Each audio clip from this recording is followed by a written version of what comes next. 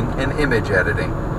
Jobs refused him permission to use some code he had created while at Pixar, which further inflamed their enmity.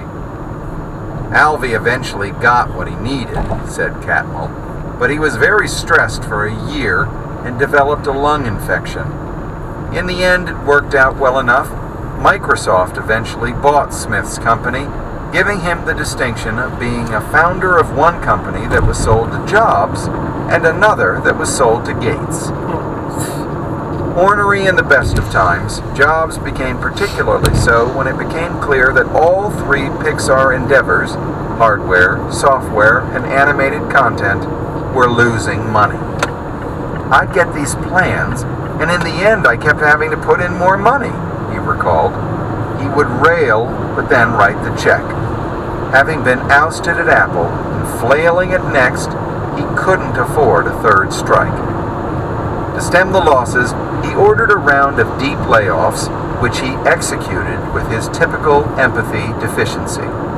As Pam Kerwin put it, he had neither the emotional nor financial runway to be decent to people he was letting go. Jobs insisted that the firings be done immediately, with no severance pay. Kerwin took Jobs on a walk around the parking lot and begged that the employees be given at least 2 weeks' notice. Okay, he shot back, but the notice is retroactive from 2 weeks ago. Catmull was in Moscow, and Kerwin put in frantic calls to him.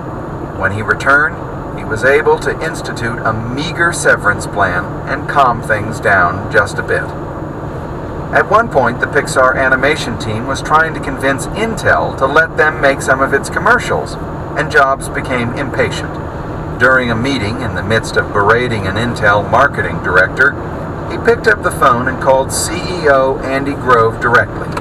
Grove, still playing mentor, tried to teach Jobs a lesson. He supported his Intel manager.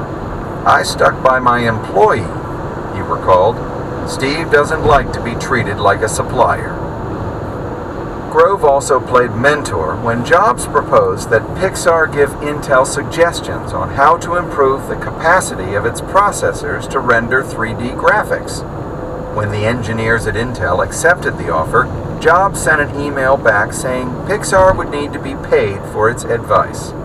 Intel's chief engineer replied, "We have not entered into any financial arrangement in exchange for good ideas for our microprocessors in the past, and have no intention for the future." Jobs forwarded the answer to Grove, saying that he found the engineers